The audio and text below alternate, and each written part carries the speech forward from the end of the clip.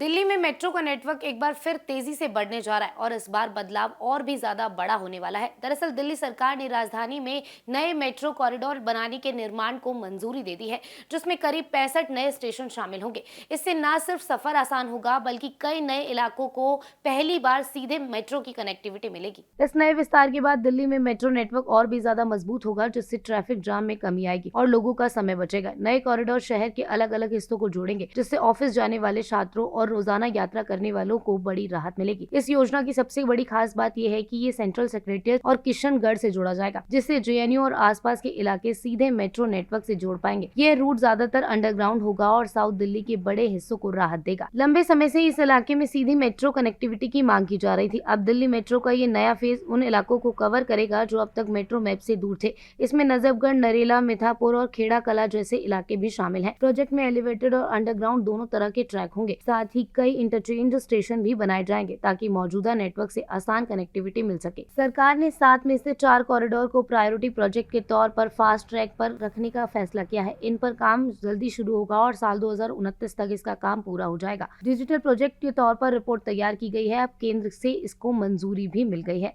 ये corridor south Delhi के लिए गेम चेंजर माना जा रहा है। जेएनयू, आरके पुरम और आसपास के रिहायशी इलाकों को पहली बार सीधी मेट्रो कनेक्टिविटी मिलेगी। इस विस्तार का सबसे बड़ा असर आउटर दिल्ली पर पड़ेगा।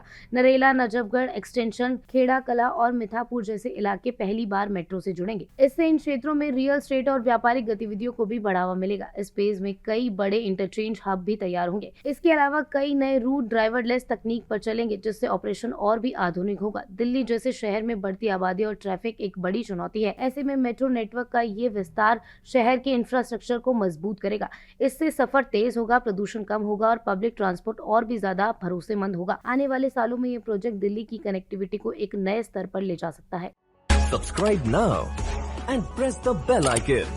Never miss an update.